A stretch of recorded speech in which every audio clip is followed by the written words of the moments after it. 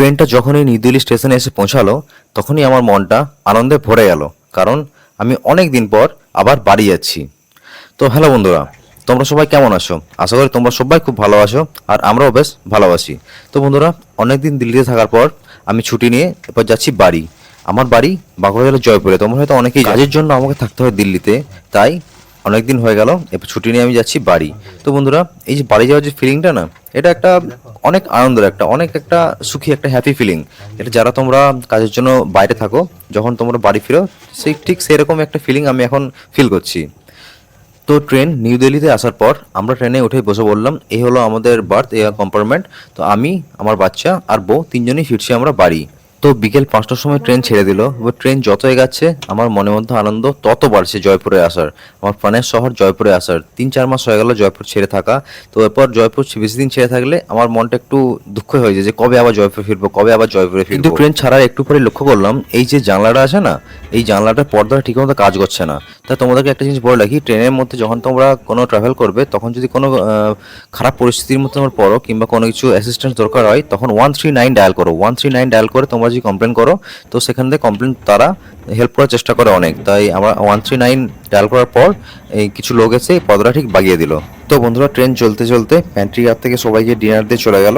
আমরাও ডিনার খেয়ে তাড়াতাড়ি করে শুয়ে পড়লাম। সকালবেলায় ডিউটি করে এসেছি, তো তাই একটু টায়ার্ড ছিলাম, তাই শুয়ে পড়লাম। কিন্তু সকালবেলায় উঠে বন্ধুরা একটা দারুণ নিউজ পেলাম, ওই জানোয়ারদীপ ঘোষকে নাকি সিবিআই অ্যারেস্ট করেছে। কিন্তু তারপর শুনলাম যে অ্যারেস্ট করেছে খুনের জন্য না, অ্যারেস্ট করেছে করাপশনের জন্য।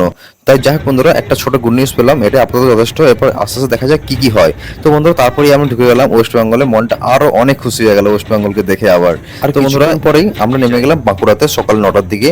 তো নেমে দেখি আমার শ্বশুরমশাই গাড়ি নিয়ে হাজির আমাদেরকে নিয়ে যাওয়ার জন্য। কিন্তু এবারে আমার ছেলে শ্বশুরমশাইয়ের কাছে আরামসে গেল, অন্যবারও তো যেতে যায় না, কান্নাকাটি করে। তারপর শ্বশুরমশাই গাড়ি চেপেই আমরা ফিরছি বাড়ি।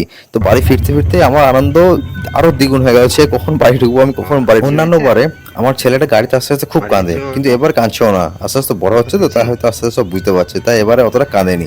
তো এরপরে আরেকটু পরেই আমরা জয়পুর জঙ্গলে ঢুকে যাবো। জয়পুর জঙ্গলে পেরিয়েই ঠিক আমার বাড়ি।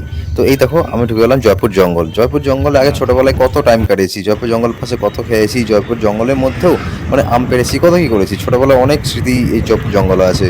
এই এখন আমি জয়পুর জঙ্গলটা পেরাচ্ছি, যে কি যে ভালো লাগছে আমার জয়পুর জঙ্গলটা পেরাতে পেরাতে, যে তোমাদেরকে আর কি বলবো। মানে আমার বলার কোনো ভাষাই নেই। জয়পুরে আসতে আর যখন আসি তখন যে আমি কতটা খুশি হয়, সেটা একমাত্র আমি জানি আর ভগবান জানে। তো জয়পুর জঙ্গল পেরিয়ে গেলাম, কফি হাউস থেকে বাড়ির জন্য কিছু মিষ্টি নিলাম, এরপর চলে গেলাম।